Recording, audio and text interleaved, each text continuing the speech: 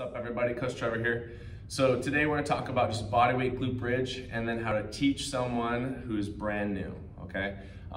So if anything, we'll go in more detail later on in this video, but just to start out, keep things simple, right? Feet are gonna be flat on the floor. If anything, their head can be on the ground. Their main objective is just get their hips off the mat, okay? So if anything, abs tight, boom. Knees coming out a little bit, past the side of the feet, drive up, squeeze the glutes, and come right back down. If you can, eventually, if they get good at this, right, they get the full hip extension, they're not like this, they're not overarching their back. You might have to teach them a pelvic tilt where they kind of tuck their tailbone a little bit, get their abs tight, the rib cage down, driving up. If you can, tell them to bring their head up, okay? So their chin is be gliding back and then crunch up. Their abs are on tight, so they're bracing here. Their heels are relatively close to the hips. They're not way out here like this. They're not super close, right? So there's a little bit of space on there, and they have good hip extension at the top, so they're bracing here. The objective is their head goes with their hips as they're doing their glute bridge, okay?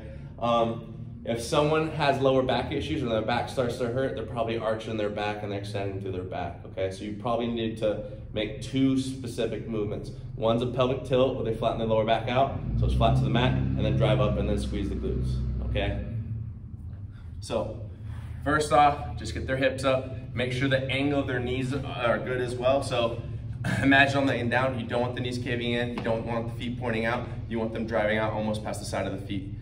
If you need to as well, you can take a band, put it above their knees, so they're driving their knees out so they get more of their glutes activated as well. So that's just the bodyweight glute bridge, starting out with the beginner.